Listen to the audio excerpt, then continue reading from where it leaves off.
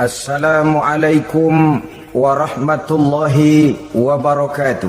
Waalaikumsalam warahmatullahi wabarakatuh. Bismillahirrahmanirrahim. Alhamdulillahi rabbil alamin.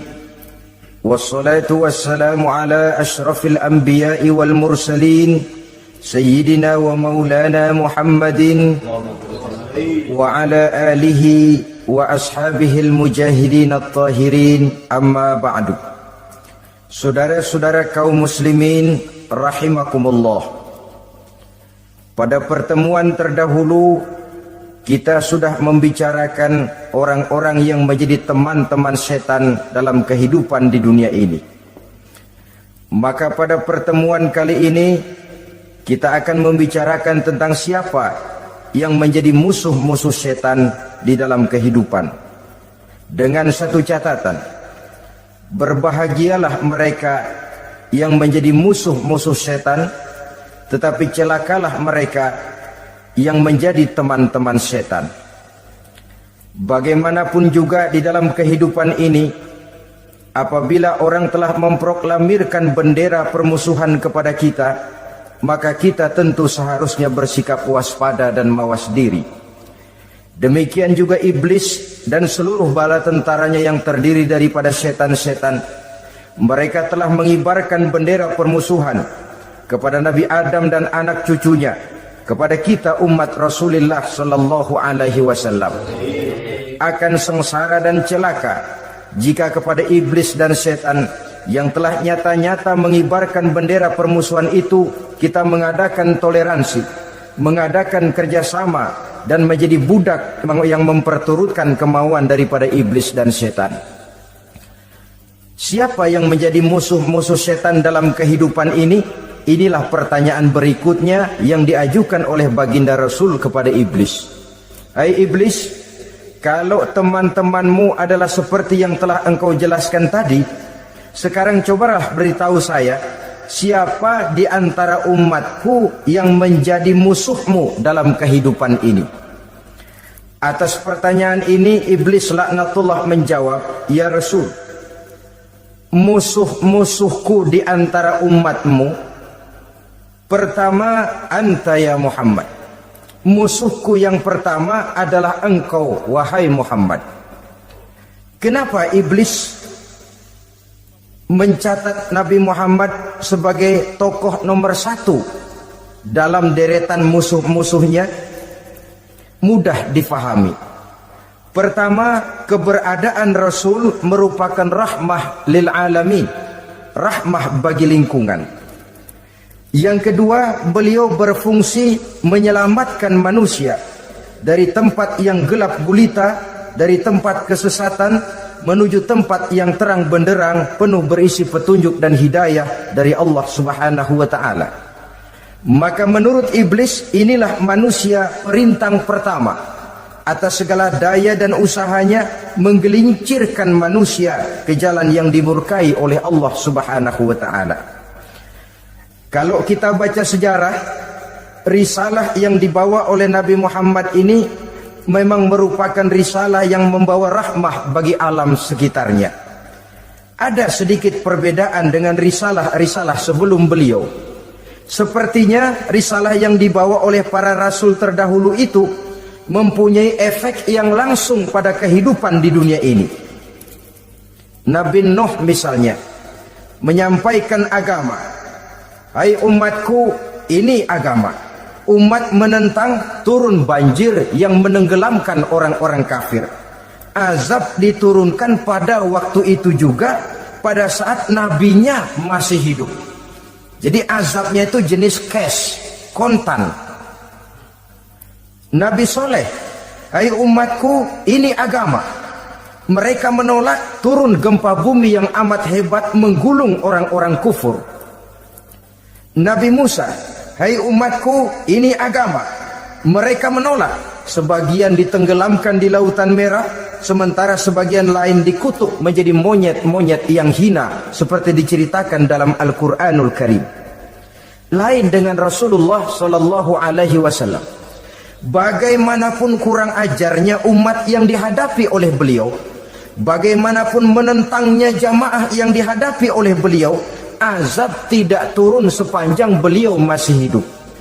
Ini merupakan jaminan dari Allah, wa ma kana Allahu liyu'adzibahum wa anta fihim. Allah sama sekali tidak akan menurunkan azab selama engkau wahai Muhammad masih hidup di tengah-tengah umatmu. Jadi keberadaan Nabi Muhammad merupakan jaminan keselamatan bagi umatnya. Selama beliau masih hidup, azab tidak turun bagaimanapun kurang ajarnya umat. Di sini sedikit bedanya dengan nabi-nabi terdahulu. Juga perbedaan dalam pola dakwah. Nabi Nuh ketika dakwahnya ditolak oleh umat, keluar doanya meminta umatnya ditenggelamkan. Tetapi Nabi kita ketika dilontari batu oleh umat, malah beliau mendoakan umatnya agar memperoleh hidayah. Oleh sikap yang semacam ini wajar lalu iblis menganggap Nabi Muhammad sebagai musuh ranking pertama. Yang kedua, siapa musuhmu di antara umatku? Yang kedua kata iblis, musuhku Muhammad imamun adil, pemimpin yang adil. Itu yang akan menjadi musuhku di dunia ini. Putus asa iblis menghadapi pemimpin yang adil. Tipu dayanya tidak terkena, segala tingkah polanya tidak diperturutkan. Imam yang adil, pemimpin yang adil merupakan musuh daripada iblis laknatullah alaih. Apa sebabnya? Karena pemimpin yang adil mempunyai dampak dalam kehidupan di dunia ini. Melindungi orang banyak, menenteramkan orang banyak. Makin aman, tentram, tenang situasi dan kondisi, makin mudah orang melaksanakan ibadah. Makin tekun orang melaksanakan ibadah, makin dekat dia dengan Allah. Makin dekat manusia dengan Allah, makin jauh dia dari iblis. Sebab dua hal ini selalu kontradiktif. Jika kita jauh dari Allah, tentu dekat dengan iblis. Jika kita jauh dari iblis, harus dekat tentu dengan Allah. Dan begitu selanjutnya. Dalam kaitannya dengan kehidupan kita sekarang, saudara-saudara, disinilah perlunya mempersiapkan manusia. Membangun manusia itu jauh lebih sulit daripada membangun jembatan. Membangun manusia itu lebih sulit daripada membangun gedung-gedung bertingkat. Termasuk membangun dan mempersiapkan calon-calon pemimpin yang adil di masa yang akan datang. Membangun jembatan penting, tapi lebih penting daripada membangun jembatan adalah membangun manusia yang bikin jembatan. Sebab kalau manusia yang bikin jembatan tidak dibangun lebih dahulu, saya khawatir jembatannya nanti habis dimakan oleh yang bangun jembatan. Mengaspal jalan raya penting. Lebih penting dari mengaspal jalan raya, membangun manusia yang mengaspal jalan itu. Sebab kalau manusia yang mengaspal jalan bermental rusak dan bejat, saya khawatir jalan belum selesai, aspalnya habis dimakan oleh yang ngaspal. Inilah pentingnya membangun manusia pembangunan. Semua tugas-tugas besar, semua pekerjaan-pekerjaan yang baik harus berangkat dari niat yang baik, berangkat dari hati yang bersih. Siapapun adanya kita, apapun profesi kita. Yang jadi kiai, marilah berangkat dari niat yang bersih. Yang jadi mubalik, marilah berangkat dari niat yang bersih. Niatnya itu mau menghidupkan Islam atau mau cari hidup jual Islam. Kalau mau menghidupkan Islam, mari sama-sama kita berjuang. Tapi kalau mau cari hidup untuk dengan menjual Islam, minggir saja daripada nanti bikin malu. Yang mengurus masjid, mari berangkat dari niat yang bersih. Ngurus masjid itu niatnya mau menghidupkan masjid atau mau cari hidup di dalam masjid. Kalau mau menghidupkan masjid, mari. Tapi kalau mau mencari hidup di dalam masjid, tolong minggir saja daripada nanti bikin aib. Yang jadi orang alim, mari berangkat dari niat yang bersih. Jangan memperjualbelikan fatwa, yang halal dikatakan haram, yang haram jadi samar-samar, nanti membingungkan umat. Berangkat dari niat yang bersih, membangun manusia, pembangunan ini barangkali istilah yang lebih kena. Saudara-saudara kaum muslimin rahimakumullah, setiap kita pada hakikatnya punya bakat secara fitrah yang kita bawa. Bakat apapun kita ini punya.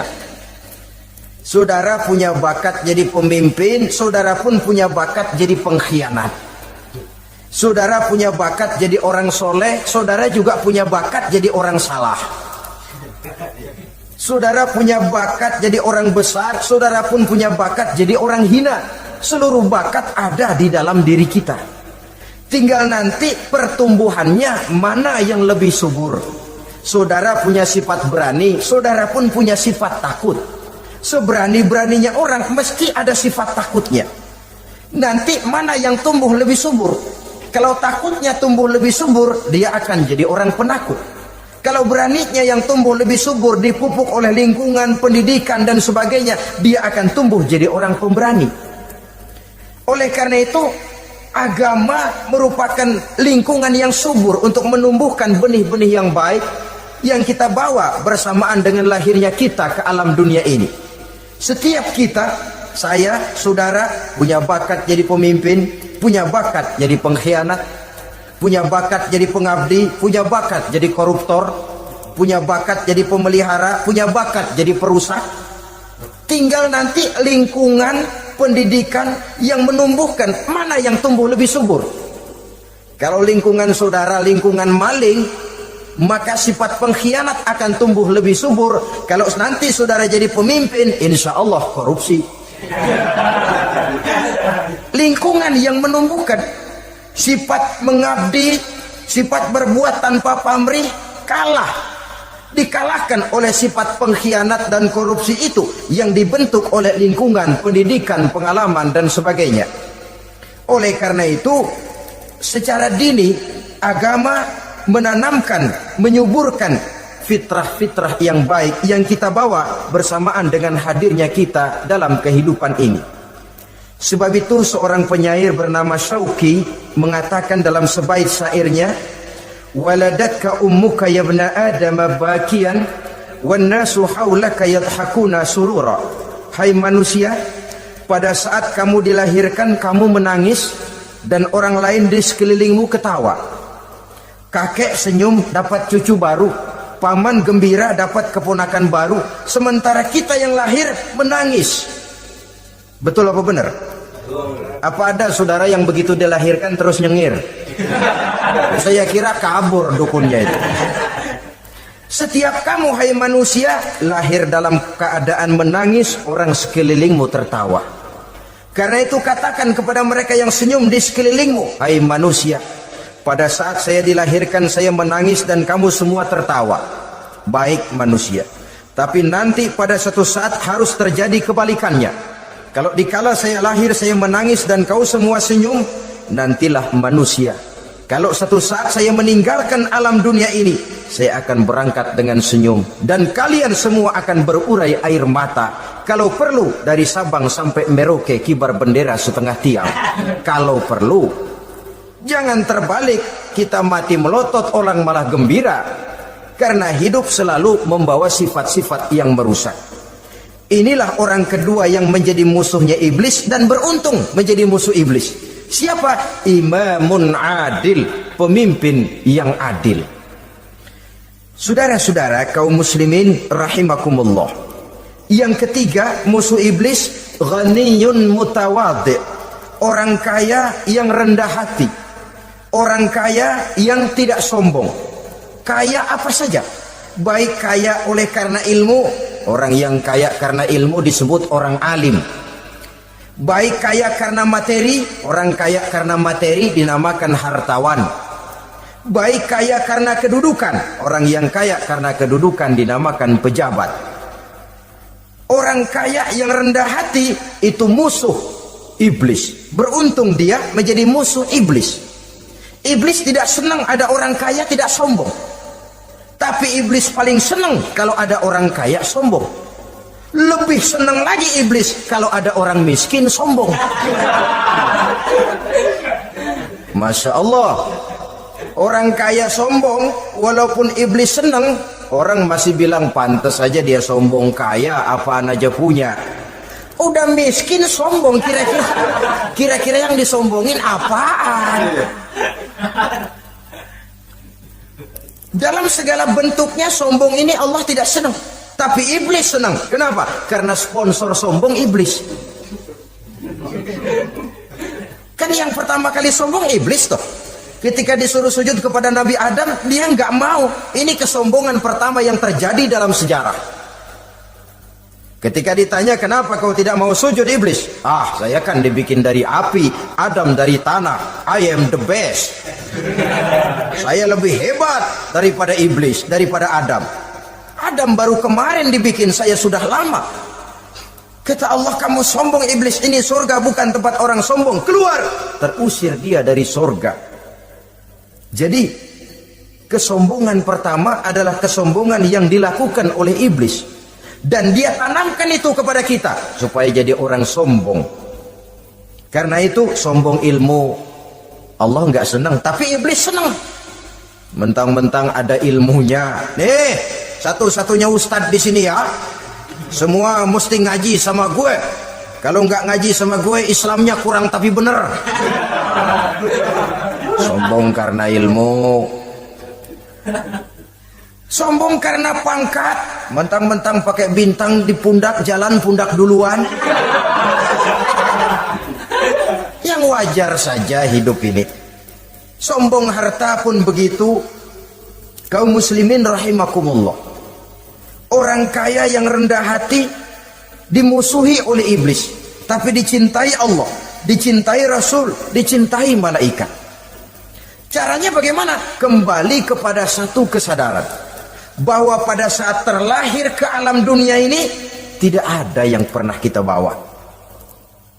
Kalau sekarang kita punya rumah, punya kebun, punya kendaraan, punya pabrik, punya segala macam benda, apa itu? Titipan. Pada suatu saat akan diambil kembali oleh yang menitipnya. Kalau titipan itu pandai kita jaga, pandai kita syukuri, titipan akan makin banyak. Sama juga kita dalam kehidupan. Kalau orang bisa kita percaya, saya mau pergi ke luar negeri, rumah saya titip kepada tetangga.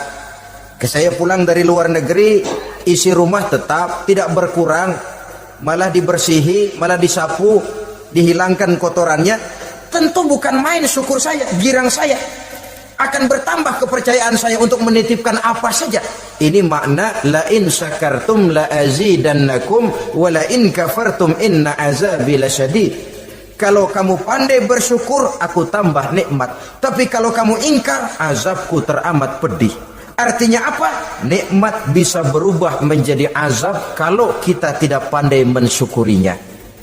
Ma'asyiral muslimin rahimakumullah, orang yang kaya ilmu lalu rendah hati, tidak selalu ingin menonjolkan diri. Ini kadang-kadang yang tanggung ini yang bikin berabe. Alim bener enggak, geblek bener juga enggak. Yang sedikit-sedikit mau nonjolin diri. Kalau enggak jadi imam enggak mau ke masjid, enggak jadi imam enggak mau ke musola. Pokoknya kalau enggak jadi imam marahan sama musola. Macam mana? Saudara-saudara kaum muslimin, rendah hati, tidak selalu ingin menonjolkan. Sebab orang yang selalu ingin menonjolkan dirinya biasanya orang yang kekurangan kepercayaan kepada kemampuan dirinya sendiri. Dia selalu ingin dinomorsatukan, dia selalu ingin ditempatkan pada ranking teratas. Dia tidak percaya diri. Orang yang percaya diri dapat bersikap wajar dalam kehidupan. Begitu juga kaya karena harta, dengan menyadari bahwa harta bagaimanapun banyaknya titipan dari Allah. Pada suatu saat akan kembali, dia harus dimanfaatkan sesuai dengan kehendak yang menitipnya. Begitu juga kaya oleh karena pangkat, kedudukan dan jabatan. Pada suatu saat jabatan itu akan hilang dari diri kita. Karenanya sering saya jelaskan bahwa pangkat di dunia ini yang paling tinggi pensiun. Titel yang paling akhir almarhum. Saudara setuju atau tidak, titel itu akan saudara dapat. Bagaimanapun kita cinta kepada pangkat, kedudukan, entoh pada akhirnya suatu saat akan sampai kepada posisi yang namanya pensiun. Kalau sadarlah kita kepada pemikiran ke arah sana, maka untuk mencapai kekayaan, baik kekayaan harta, kekayaan kedudukan, tidak lalu menghalalkan segala cara untuk mencapai tujuan, tapi dibatasi oleh norma dan kaedah yang harus dia taati, baik kaedah agama maupun kaedah bernegara. Inilah orang ketiga yang menjadi musuhnya iblis, orang kaya yang rendah hati, orang kaya yang tidak sombong. Yang keempat, saudara-saudara, tajirun shadiq, pedagang, pengusaha yang jujur. Iblis gedek betul, benci bukan main sama pengusaha, sama pedagang yang jujur, yang tidak ngurangi timbangan, tidak nipu pembeli, tidak barang yang jelek dibilang bagus, atau yang bagus di atas yang jelek di bawah, atau dicampur yang baik dengan yang jelek supaya kelihatan semuanya jadi baik. Semua orang ingin untung, tidak ada kecuali siapapun orangnya, dan itu wajar. Setiap manusia ingin mendapat keuntungan, kalau perlu dengan modal minimal mencapai keuntungan maksimal, seperti yang diajarkan oleh teori ekonomi. Itu kan yang namanya produktif kan. Satu usaha dinamakan produktif, bagaimana kita mengeluarkan modal minimal bisa mencapai keuntungan maksimal. Silakan. Bahwa manusia ingin untung itu insting, naluri, fitrah. Tidak ada orang yang mau rugi. Tapi cara mencapai keuntungan itu yang membedakan antara seorang muslim dengan yang bukan muslim. Sudah pernah saya sampaikan, apabila kaum pengusaha, para pedagang sudah dijangkiti penyakit yang tidak jujur, yang akan timbul adalah kekacauan ekonomi. Kekacauan ekonomi bisa menimbulkan revolusi sosial, dan revolusi sosial merupakan kiamat satu generasi. Semua kericuhan hampir bermuara dari perut, dan itu ekonomi. Orang nodong perut, orang korupsi perut. Ya walaupun korupsi kalau sudah kelas kakap tidak lagi sekedar urusan perut. Ya perut apa yang diurusin kalau korupsinya miliaran itu? Perut jin barangkali. Saudara-saudara kaum muslimin rahimakumullah. Oleh karena itu, pedagang yang jujur, pengusaha yang jujur, ini merupakan musuh iblis. Iblis tidak senang kalau ada pengusaha yang jujur. Iblis tidak senang kalau ada pedagang yang jujur. Tapi iblis akan tepuk tangan kalau pedagang sudah selingkuh, kalau pengusaha sudah nipu. Ada orang bilang, sekarang mah kalau jujur-jujur bener nggak makan apa-apa dong kita. Sebab katanya jangan lagi nyari yang halal, sekarang ini yang haram aja seret. Rupanya sering masang undian nggak pernah kena. Lalu bilang jangan yang halal, yang haram aja nggak kena katanya. Sebenarnya bukan itu masalahnya, saudara-saudara. Bukan itu masalahnya. Masalahnya ialah bahwa kejujuran membawa keberkahan. Ini kalau kita berpikir dengan kacamata agama. Keberkahan merupakan sumber ketenangan. Dan ketenangan ini tidak bisa dibeli dengan materi yang bagaimanapun banyaknya. Walaupun kita punya percetakan duit, ketenangan itu nggak bisa dibeli. Jangankan cuma punya duit banyak, percetakan duit saudara punya, mau membeli ketenangan yang berasal dari keberkahan, sulit. Jadi kejujuran membawa keberkahan, keberkahan membawa ketenangan. Jangan macam dulu tukang sol sepatu, ditanya oleh temannya, bang ngesol satu hari dapat berapa? 200 rupiah. Sembayang enggak? Enggak. Islam kalau Islam nah. Kata temannya, sembayang dah, kali aja besok dapat rezeki lebih banyak. Yang benar, iya, kalau orang sholat itu Allah dekat, nanti rezekinya ditambah. Beneran? Bener. Subuh sembayang dia, habis sembayang sarapan berangkat ke tempat dia ngesol mangkal. Dari pagi sampai jam 11 belum ada juga yang ngesol. Mulai bimbang hatinya. Katanya kalau sembahyang rezeki tambah. Tadi sembahyang subuh pagi hari belum ada yang ngesol. Cobaan kali, sabar. Datang sholat zuhur. Habis zuhur nunggu lagi, belum juga ada yang datang ngesol. Udah mau pulang hampir maghrib baru datang satu orang, dan ini sendal jepit putus.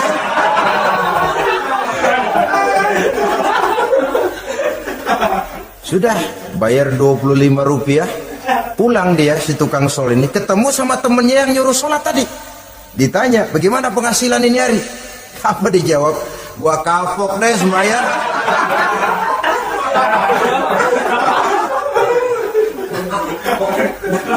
Kemarin nggak sembahyang dapat 200, sekarang begitu sembahyang jigo.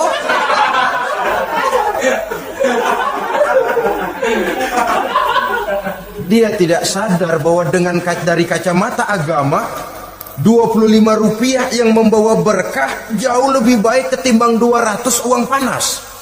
Dari kacamata agama 25 rupiah yang membawa berkah lebih baik daripada 200 rupiah tapi panas. Sebab panas menjauhkan kita dari ketenangan. Itulah sebabnya maka pedagang yang jujur, pengusaha yang jujur menjadi musuh setan dan beruntung. Sekarang jadi pengusaha jujur-jujur nggak dapat proyek, Pak. Kalau nggak bisa semur. Padahal agama sudah menjelaskan ar-rashi wal murtashi finnar. Orang yang nyogok dan orang yang disogok dua-duanya neraka. Kenapa? Join termasuk ta'awanu 'alal ismi wal 'udwan. Bertolong-tolongan dalam berbuat dosa dan kesalahan. Kalau hadiah lain hadiah, kalau sedekah lain sedekah. Tapi yang namanya semir, suap, ar-rashi wal murtashi finnar. Saudara-saudara kaum muslimin rahimakumullah. Jadi pedagang yang jujur, pengusaha yang jujur merupakan salah satu roda perekonomian. Kegoncangan ekonomi akan menimbulkan dampak sosial yang sangat luas dan kompleks. Yang pada giliran puncaknya, dampak paling negatifnya, dia sanggup menggerakkan terjadinya revolusi sosial. Bukankah sebagian besar gerak hidup manusia dimotivasi oleh keinginan untuk mempertahankan kelangsungan hidup? Dan kelangsungan hidup artinya mulut. Mulut itu artinya perut, dan itu artinya makan. Setelah itu mungkin baru pangan, baru sandang, baru dia berpikir pakaian dan sebagainya. Jadi karena dia merupakan penggerak roda ekonomi, pedagang yang jujur, pengusaha yang jujur mutlak diperlukan dalam kehidupan ini. Sebab sekali lagi kejujuran akan membawa keberkahan, keberkahan memberikan ketenangan dalam kehidupan. Oleh karenanya kita umat Islam biarin duit kita banyak asal berkah. Itu tentu idealnya. Ketimbang dikit tidak berkah, lebih baik ia banyak ia berkah. Dan keberkahan itu datang lewat kejujuran. Kejujuran ini sudah dicontohkan oleh Rasul pada saat beliau berniaga ke negeri Syam. Dikala berumur 9 tahun, bahkan dikala berumur 25 tahun, seketika membawa dagangan Sayyidatuna Khadijah yang kelak jadi istri beliau. Saudara-saudara, kita maklum bahwa sholat merupakan sarana yang paling efektif untuk mendekatkan manusia kepada Allah. Makin dekat manusia dengan Allah, makin tidak senang iblis dan setan. Karena itu segala macam cara mereka berusaha mengaduk-ngaduk sholat kita. Dan sesungguhnya, jikalau kita mengerjakan sholat, itu kan targetnya cuma 2. Pertama, agar sholat kita itu sah. Yang kedua, agar sholat kita itu qabul, yakni diterima oleh Allah. Kalau soal sah dan tidak, ukurannya gampang. Saya kalau ditanya orang, Pak, sholat saya sah atau tidak, saya bisa jawab. Saudara, sholatnya syarat rukunnya cukup apa tidak? Cukup, sah. Itu kalau perkara sah. Tapi kalau sudah perkara qabul, Pak, sholat saya diterima atau tidak oleh Allah? Ini saya tidak bisa jawab. Kenapa? Soal qabul mencakup masalah batin. Cuma ukuran logikanya, kalau syarat rukun cukup, insya Allah qabul. Saudara-saudara kaum muslimin rahimakumullah. Oleh karenanya, pada saat kita sholat, iblis, setan datang dari segala macam penjuru supaya kita kehilangan rasa khusyuk. Apalagi kalau kita jadi imam, yang gerak kita, bacaan kita dilihat, didengar, disaksikan oleh orang banyak. Digodanya gerakan kita, dibolak-baliknya hati kita, supaya di dalam sholat itu banyak yang kita ingat, hal-hal yang tidak ada hubungannya dengan sholat. Kadang-kadang belum sholat kita ribut nyari pulpen, enggak ketemu, begitu takbir ingat pulpen di atas lemari. Mulai goncang lagi niat kita sholat. Kadang-kadang kalau hati tidak bisa dipermainkan, iblis berbisik lagi. Gerakan kita dalam sholat tidak mencerminkan kekhusyuan. Kalau gerak juga ternyata masih bisa khusyuk, bacaan kita dibuatnya kita seperti dikejar-kejar waktu. Sholat isya misalnya, dengan cara kilat khusus, super singkat.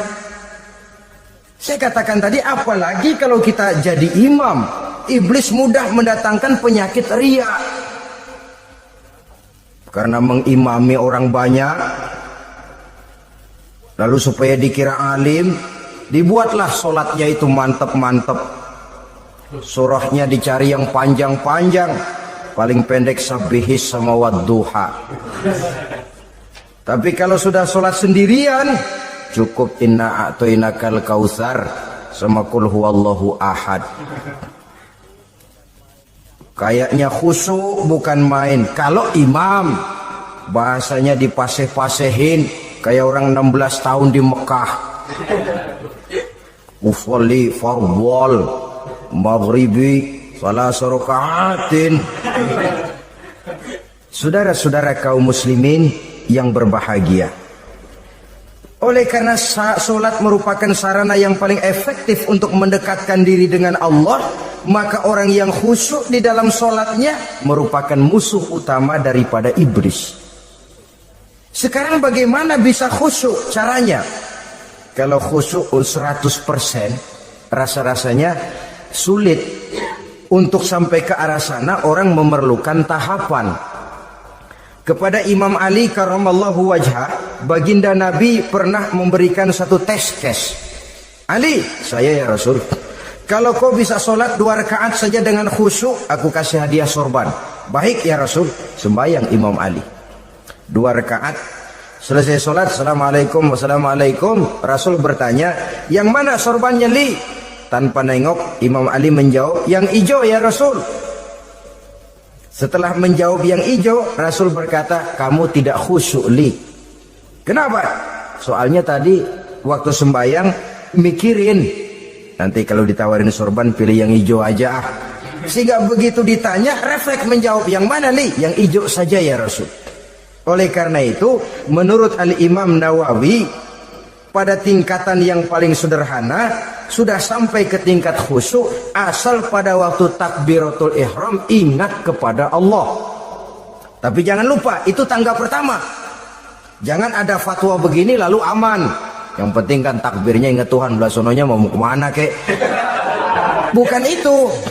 Itu pada tingkatan pertama sudah sah dipandang khusyuk sholatnya orang awam, asal pada waktu takbiratul ihram dia ingat kepada Allah. Tetapi harus terus berusaha agar sepanjang sholat dia ingat kepada Allah. Caranya bagaimana? Pertama, menanamkan diri bahwa pada saat kita sedang mengerjakan sholat, yang lain tidak ada kecuali Allah. Yang kedua, berusaha memahami apa yang kita baca, sehingga pada saat kita sujud, subhana rabbiyal a'la wa bihamdi, terbayang kemahasucian Allah, kemahatinggian Allah, sehingga hati tidak mengembara. Mulut berucap, hati mengikuti apa yang diucapkan. Yang kadang-kadang membuat hati kita jalan-jalan, badan di masjid, badan takbir, badan ruku, tapi hati di pasar, hati di kantor, hati di pabrik. Karena yang kita ucapkan tidak berakar di hati. Yang kita baca kita nggak tahu artinya. Sangat boleh jadi hati lalu mengembara kemana-mana. Jadi untuk menopang kekhusyuan ini, cara yang paling efektif, pertama, tidak ada yang lain pada waktu kita sholat kecuali Allah. Yang kedua, berusaha memahami apa yang kita baca. Dikala kita sujud dikala kita duduk di antara dua sujud, Rabbighfirli, ya Allah ampuni dosa saya, warhamni, kasihani saya, dan selanjutnya. Mulut membaca, hati mengikuti. Dengan mengikuti, hati tidak terlalu mengembara, ada tempat dia kembali. Saudara-saudara kaum muslimin rahimakumullah. Itu yang kelima. Yang keenam, yang menjadi musuh iblis, mukminun nasih, orang mukmin yang suka memberikan nasihat, orang mukmin yang suka memberikan petunjuk, termasuk juru-juru dakwah, para mubaligh itu merupakan musuh utama iblis. Kenapa? Tiap hari iblis kampanye, tiap hari iblis mengajak dengan segala macam cara yang kalau perlu dia berikan kamuflase, dia berikan fata morgana. Kalau perlu yang haram dia bungkus dengan merek halal. Kalau perlu kejahatan dia bungkus dengan baju kebajikan. Istilahnya racun diberi merek madu. Dan itu wajar. Cuma kita tentu harus punya filter, daya saring positif agar tidak salah pilih. Karena iblis ini pintar betul. Kalau kita khusyuk dalam sholat, dia tanamkan kepada kita misalnya seperti tadi itu. Sholatmu memang hebat, khusyuk. Di kampung ini tidak ada orang yang sholatnya seperti kamu. Tertanam itu dalam hati kita, timbul ujub. Akhirnya, iya, gue lihat-lihat di kampung sini kagak ada yang sembayangi kayak gua. Nah, sudah masuk iblis. Jadi dia pandai mengikuti gerak hati dan irama denyut jantung manusia ini. Kemana kecenderungan manusia, ke situ dia masuk. Pendeknya iblis itu ibarat tukang joget, dia ngerti benar irama kendang. Saudara-saudara kaum muslimin rahimakumullah. Termasuk juru-juru dakwah, para mubaligh, orang yang suka memberikan nasihat ini. Mereka memberikan filter kepada umat, kepada jamaah, jangan sampai salah pilih. Dan iblis menyesatkan kita supaya kita salah pilih. Satu contoh ringan. Kalau di depan saudara ada dua buah gelas, yang segelas isinya jamu, yang segelas sirup. Kira-kira saudara minum yang mana? Jamu. Jamu apa sirup? Sirup apa jamu? Orang yang pikirannya panjang, dia pasti minum jamu. Pahit memang, getir memang, tapi besok badan sehat, tenaga kuat, gairah kerja ada, kreativitas timbul, semangat menghadapi kehidupan tumbuh. Orang mukmin, orang yang berpandangan jauh ke depan. Pandangannya panjang. Panjang kemana? Tidak cuma ke dunia, sampai juga dia memandang ke alam barzakh, ke akhirat. Sholat itu jamu, pahit. Ngaji, hadir di majelis taklim, itu jamu, pahit. Sedekah, jamu, pahit. Mengeluarkan uang untuk kepentingan orang lain. Enak aja minta sumbangan, datang-datang yang nyari pers keringat banding tulang gue, lu datang-datang mau minta. Yang enak ngumpulin harta, lalu bakhil bin pelit alias medit. Itu jamu. Saudara hadirin yang saya muliakan, sedekah jamu, pahit. Puasa jamu, pahit. Jihad jamu, pahit. Tapi nanti begitu kita meninggalkan dunia, masuk ke alam barzakh, apalagi pindah ke akhirat, baru terasa, aduh, nikmatnya dulu kemarin itu minum jamu, sekarang badan sehat, tenaga kuat, kerja semangat. Nikmatnya dulu saya waktu di dunia sholat, rajin ngaji, suka sedekah, suka menolong orang. Sekarang terasa manfaatnya. Begitu saya berada di alam barzakh, apalagi sudah dibangkitkan di padang mahsyar di akhirat nanti, terasa seluruh kebajikan yang saya kerjakan. Nah, orang yang berpikir jangka pendek cuma ngelihat yang ada di depan hidungnya saja. Ngapain minum jamu getir, sirup nih, manis. Dia minum, dia ambil sirup, minum, manis memang pada waktu minum, tapi besok bibir jontor. Meninggalkan perintah Allah, sirup itu manis. Tidak sholat, manis. Tidak bayar zakat, sirup, manis. Tidak mau puasa, sirup, manis. Manis sekarang. Tapi nanti besok begitu masuk ke alam barzakh, begitu dibangkitkan di padang mahsyar di akhirat nanti, merintih kita menahan penyesalan yang sudah tidak ada artinya lagi. Sampai-sampai penduduk mahsyar itu ada yang berkata, diceritakan dalam Quran, ya laitani kuntu turaba. Wahai celaka, kenapa kita nggak jadi tanah saja? Menyesali kejadiannya. Andai kata mereka bisa kembali ke hidup di dunia lagi, mereka akan minta kejadian yang kedua untuk berbuat baik. Tapi tentu sudah penyesalan yang tidak ada gunanya lagi. Maka saudara-saudara, emang cuman jalan duluan kecebur di sumur yang nyesel duluan. Ada orang jalan, yang paling depan kecebur di sumur, itu tuh nyesel duluan katanya. Nyesel duluan. Yang lain mesti nyeselnya belakangan. Saudara hadirin yang saya muliakan, nah, orang yang suka memberikan nasihat kepada orang lain dimusuhi iblis. Kenapa? Tentu nasihat yang membawa kebaikan. Iblis nggak senang betul itu. Kita nasihatin teman, udah berhenti dah, jangan pada mabok lagi. Iblis gergetan bener. Ini orang dilarang lagi. Kita nasihati teman, udah jangan masang-masang lagi dah, nggak bakalan kena, dikebohongin. Nggak ada orang jadi kaya masang judi, bangkrut malah lo. Ini kan termasuk tipu daya iblis, judi dinamain sumbangan. Itu sama saja itu, madu, racun mereknya madu. Judi dinamain sumbangan. Di belakang beca pada nyumbang. Kayak orang kaya lagunya.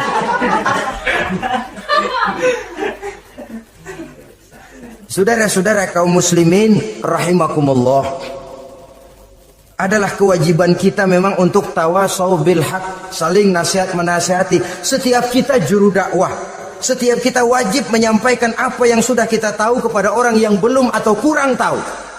Saudara yang bisa bismillah wajib mendakwahkan bismillah itu kepada orang yang belum tahu bismillah. Saudara bisa Fatihah harus menyampaikan itu kepada orang yang belum bisa Fatihah. Persetan dengan orang lain. Apalagi yang cuma kerjanya ngeritik saja, lo baru bisa Fatihah doang udah ngajar. Biar aja yang diajarin gak bisa Fatihah kok. Apa masalahnya pemerataan di bidang keilmuan? Sebab memang biasa penonton itu selalu lebih pandai menilai, kayaknya lebih pintar dari yang main. Sama saja orang nonton bola ngomel melulu, padahal dia sendiri belum tentu bisa main. Dengerin orang pidato pun begitu, monten bisa. Wah, kalau dia yang pidato 1 jam kayak semenit. Tapi kalau si Ano tuh kita udah pegel belum juga mau berhenti. Monten bisa, coba dia suruh pidato udah 1/4 jam masih ama badu. Apa mau dibilang ama badu?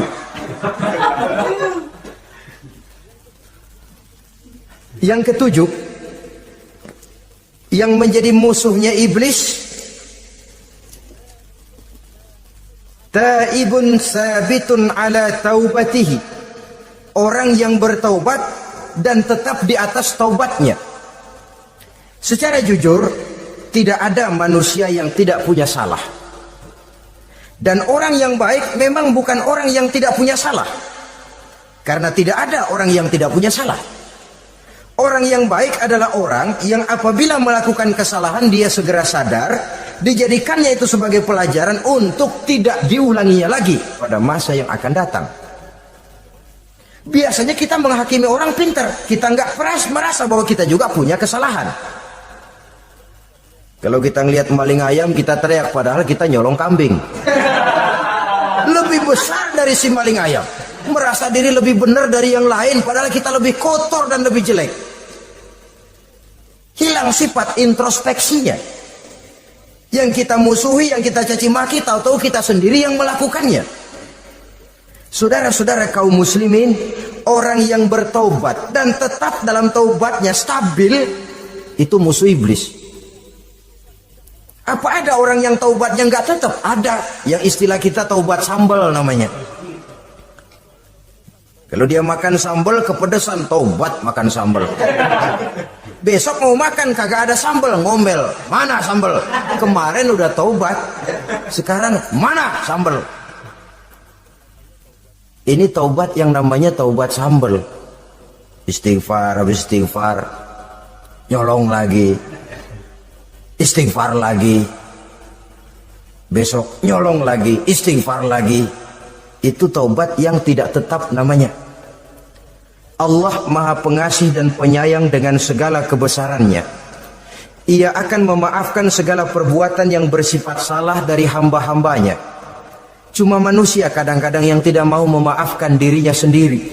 Amat dungu manusia macam ini, membiarkan dirinya hanyut berlarut dalam lembah dosa, sementara dia diberikan umur tidak digunakannya untuk bertaubat. Innallaha yaqbalu taubatal abdi ma lam yugharghir. Allah senantiasa akan menerima taubat seorang hamba sepanjang nafasnya belum sampai di tenggorokan. Kalau nafas sudah sampai di tenggorokan baru berniat taubat, kasib terlambat. Kayak Fir'aun. Fir'aun itu begitu ditenggelamkan di lautan merah, udah cengap-cengap mau mampus, baru ngomong dalam sekaratnya, amantu bi Rabbi Musa wa Harun. Kalau begini mah saya juga percaya sama Tuhannya Musa. Udah sekarat baru mau taubat, malaikat maut gemes banget, dilelepin, mati.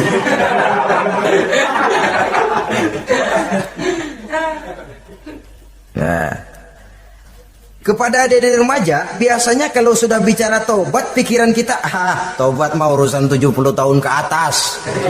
Kita masih lama ini. Sebenarnya tidak. Masalah taubat adalah masalah salah dan dosa. Masalah salah dan dosa adalah masalah manusia. Sejak dia akil balik sampai ajal datang merenggut nyawa. Hidup ini tidak selalu berjalan mulus. Hidup ini tidak selalu berjalan di atas kertas putih.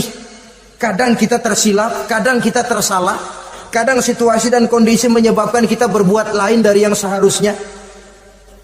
Itu kehidupan, silih berganti. Oleh karenanya pesan Nabi, wa atbi'i sayyi'atal hasanah, perbuatan salah ikuti dengan kebajikan, dosa iringi dengan taubat. Jangan nunggu, saya untuk taubat takut nanti bikin lagi. Nah, ini namanya punya harapan mau bikin lagi. Nanti aja dah kalau tua-tuaan. Saudara, kalau dosa itu ditumpuk, itu sama saja kotoran yang menodai hati. Kalau kotoran gak rajin kita bersihin, dia akan berkarat. Dan kalau sudah berkarat, sudah sulit untuk dibersihkan. Itu makna ungkapan Imamul Ghazali, hati manusia sebening kaca. Lapisan dosa yang dia kerjakan adalah debu yang menutupi jernihnya kaca. Orang yang bersih dari dosa, dekat dengan Allah, hatinya jernih seperti kaca. Dari hati yang jernih, radarnya kontak kepada Allah. Sinyalnya nyambung channelnya itu.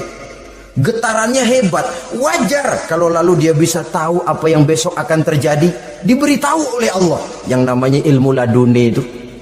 Ilmu yang ditransfer langsung oleh Allah. Karena kebersihan hatinya. Mana ada orang gak belajar bisa pintar. Iya, kalau hatinya butek emang gak ada. Tapi kalau Allah mau berberangkat dari hati yang bersih, yang kontaknya nyambung kepada Allah, hati itu seperti kaca, kata Imam Ghazali. Dosa yang kita lakukan adalah debu. Kalau debu sedikit datang kita lap, datang lagi kita bersihin, datang lagi kita bersihin, insya Allah nggak sampai jadi noda di atas kaca itu. Tapi kalau nunggu debu itu sampai bertumpuk, besok aja ngelapnya dah, besok aja ngebersihinnya, bertumpuk dia, sulit membersihkannya. Walaupun kena, nodanya tentu tertinggal di atas kaca itu. Karena itu dalam kehidupan remaja misalnya, pemuda misalnya, kita tidak bisa menolak mode, tidak bisa menolak musim. modenya disco, modenya breakdance, modenya joget, modenya jaipongan, mode pada waktunya habis, ya habis. Tapi bagaimanapun dia akan punya dampak, memberikan bekas dalam membentuk kepribadian. Dan ini efek yang tidak kita inginkan. Efeknya, bukan modenya itu. Jadi oleh karenanya saudara-saudara, masalah taubat bukan masalah 70 tahun ke atas, tapi masalah manusia sejak dia akil balik sampai ajal datang merenggut nyawa. Sepanjang nafas belum sampai di kerongkongan, Allah akan menerima taubat seorang hamba. Bahkan dalam hadis qudsi Allah menyatakan, "Lau amiltumul khotoya hatta mala'atis sama thumma nadimtum fataballahu alaikum." Kalaupun kamu berbuat dosa sampai penuh langit dengan dosamu, kemudian kamu bertaubat dan menyesal, Allah pasti akan menerima taubatmu. Jadi orang yang taubat dengan sebenarnya dan tetap dalam taubatnya itu musuh iblis. Tapi orang yang taubatnya angin-anginan, iblis demen banget. Dari sembahyang, besok mabok, besoknya lagi nyolong, besoknya lagi zina, besok taubat lagi. Kata iblis, surak, iya lu gocet dah Tuhan.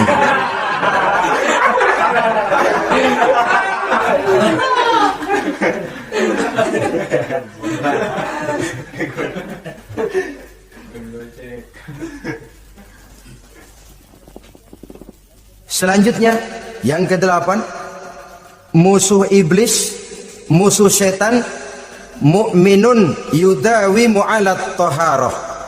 Orang mukmin yang membiasakan diri selalu dalam keadaan bersuci. Baik dari hadas kecil, lebih-lebih dari hadas besar. Wudu utamanya memang untuk sholat. Tapi membiasakan wudu dalam kehidupan sangat baik sekali. Mau ke kantor wudu dulu, mau ke pasar wudu dulu, mau ngajar wudu dulu.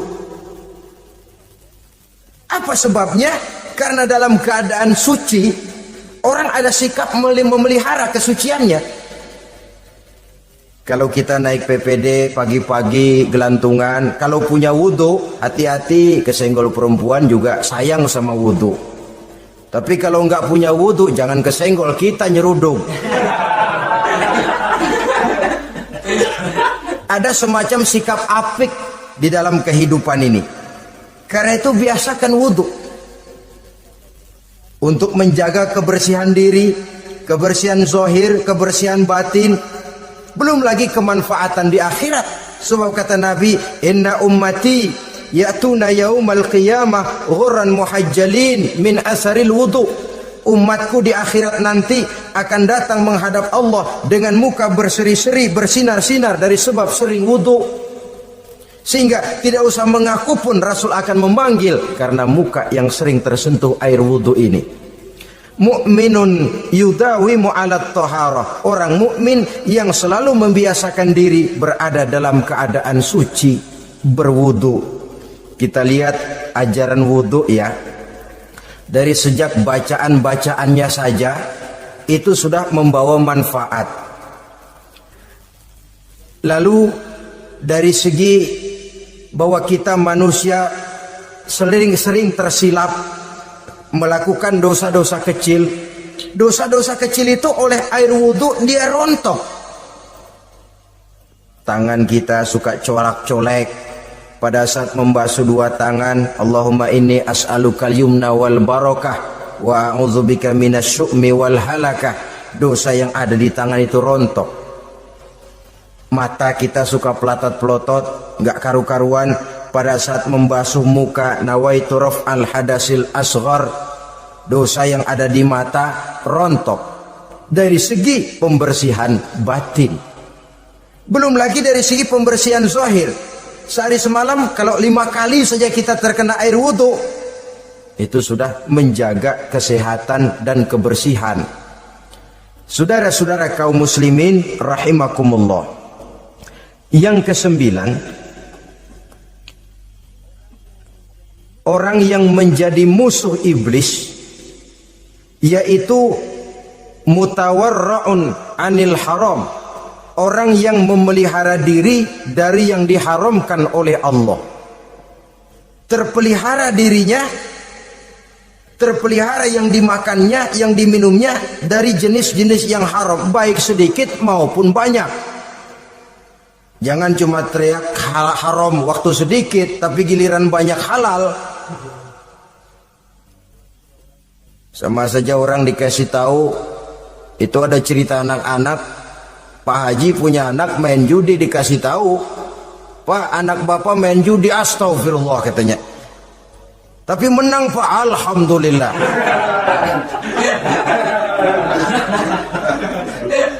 Ini kan sama saja, giliran sedikit dibilang haram karena dia nggak dapat jatah, begitu dapat banyak dan dia kecipratan jadi halal.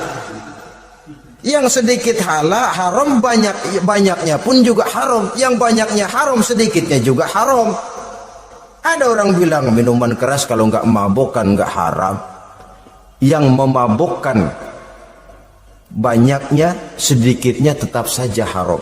Ma askaro kasiruhu faqaliluhu haramun. Apa yang banyak menyebabkan jadi mabuk, sedikitnya pun juga haram. Saudara-saudara kaum muslimin, yang ke-10 yang terakhir, musuh daripada iblis ialah mukminun rahimun, orang mukmin yang berhati pengasih, orang mukmin yang suka menyambung silaturahmi, orang mukmin yang tidak suka bertengkar, orang mukmin yang tidak suka marah-marahan, kalaupun terpaksa marah tidak lebih daripada 3 hari. Jadi boleh saja marah kalau alasannya tepat, tapi nggak lebih dari 3 hari. Kalau perlu bikin perjanjian, kita marah ya 3 hari. Itu limit, tidak halal kata Nabi bagi seorang muslim menjauhi saudaranya lebih dari 3 hari. Tidak halal itu artinya haram. Kita ini kadang-kadang kalau sudah marahan sama tetangga kah, sama teman kah, kadang-kadang suka berlaku perpanjangan waktu. Tidak cukup perpanjangan waktu, ditambah lagi perpanjangan generasi. Enggak cukup kita yang marah, orang lain kita sundut-sundut supaya ngikut marah lagi.